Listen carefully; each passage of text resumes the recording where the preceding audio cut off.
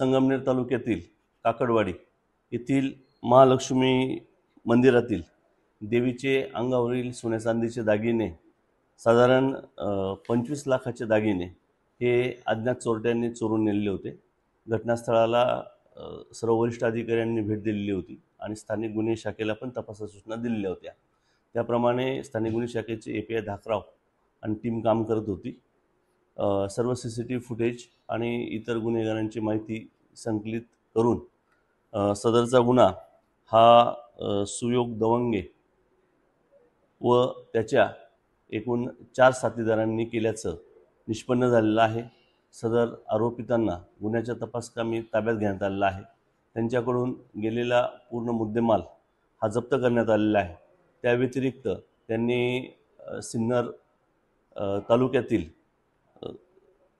कुंदेवाडी येथील बालाजी मंदिर व वजेश्वरी मंदिर या ठिकाणी चोरी केल्याची कबूल दिलेली आहे। त्याच्यातीलही मुद्देमाल हा रिकव्हर करण्यात आलेला आहे।